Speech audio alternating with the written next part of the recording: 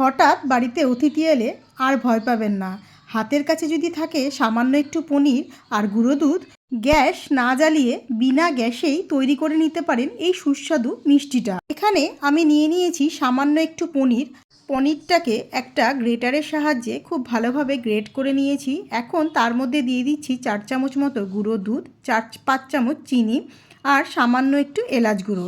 এবার খুব ভালোভাবে সব উপকরণগুলো একসাথে মিলিয়ে নেব।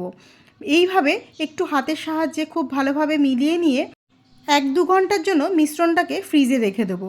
তারপর বার করে নিয়ে হাতের সাহায্যে এইভাবে মণ্ড পাকিয়ে গোল গোল করে নিয়ে আবারও গুঁড়ো দুধের ওপর সামান্য কোট করে নিলেই তৈরি হয়ে যাবে দারুণ স্বাদের আজকের এই মিষ্টিটা। দারুণ খেতে হয়েছিল আজকের এই মিষ্টিটা।